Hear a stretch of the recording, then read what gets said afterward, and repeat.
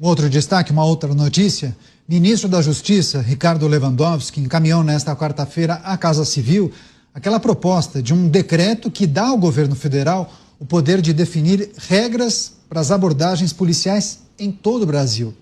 Essa medida prevê a criação de normas sobre o uso da força e instrumentos não letais, inclusive sobre o uso de algemas. Entre essas regras que o governo quer impor estão a necessidade de haver uma suspeita concreta para que o agente realize revista em pessoas e também em carros. Além disso, o ministro da Justiça quer liberar o uso de algemas só em alguns casos em que há risco de fuga e perigo à integridade física, e a utilização de arma de fogo somente em última instância. Você, Mota, governo querendo tirar algemas e armas dos policiais, o que achou desse conjunto de regras ou orientações para a abordagem dos policiais em todo o Brasil? Isso é um fenômeno que já aconteceu nos Estados Unidos, provavelmente é de lá que isso foi importado, e que é descrito pelo grande economista e pensador Thomas Sowell como a visão dos ungidos.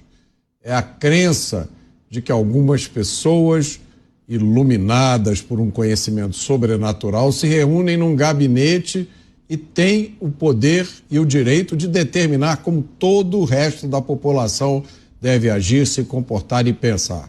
Especificamente no caso da polícia, a gente vê um absurdo ainda maior, porque são pessoas sem qualquer experiência na atividade policial.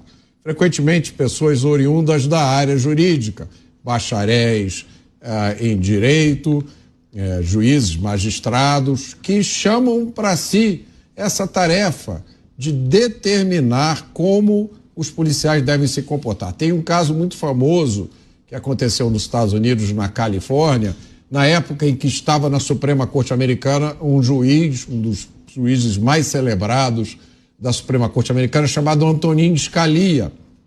E houve uma votação na Suprema Corte Americana que quase determinou, numa ordem de soltura de por volta de 50 mil presos no estado da Califórnia.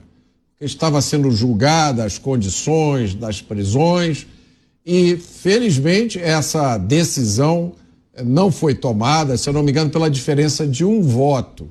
E aí o juiz Antonin Scalia deu, na sua opinião, uma citação que eu sempre menciono aqui. Ele disse o seguinte: o sujeito, só porque fez curso de direito e passou num concurso para juiz, acha que sabe administrar todo o sistema prisional da Califórnia.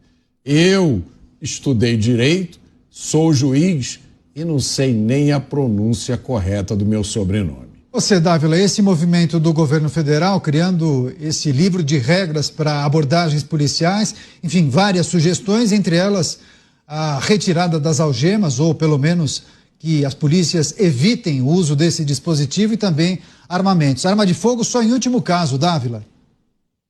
Essa decisão tem 3 absurdos.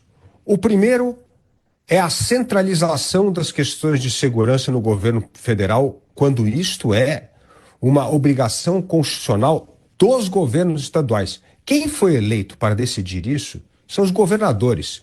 Se o ministro gosta tanto do assunto, é bom deixar o ministério disputar a eleição em 26 para algum governo para ver se ele possa implementar essas suas ideias em algum estado, se ele vencer as eleições. O segundo ponto, que essas medidas descartam todos os dados e evidências de política pública. Não se reduz criminalidade amolecendo a legislação com criminoso. Se resolve a questão da criminalidade endurecendo penas e acabando com a impunidade. E terceiro, é mais uma atitude do ministro para encobrir a sua absoluta incompetência no combate ao crime organizado. Até agora, a sociedade brasileira está aguardando algum plano, alguma manifestação do ministro de como é que o Brasil deve combater o crime organizado. Esse é um assunto que tem gerado muitas discussões, essa movimentação do governo federal. Inclusive, Ricardo Lewandowski enviou à Casa Civil esse decreto, esse texto que regulamenta o uso das forças pelos policiais. Uma série de orientações a gente vai seguir acompanhando.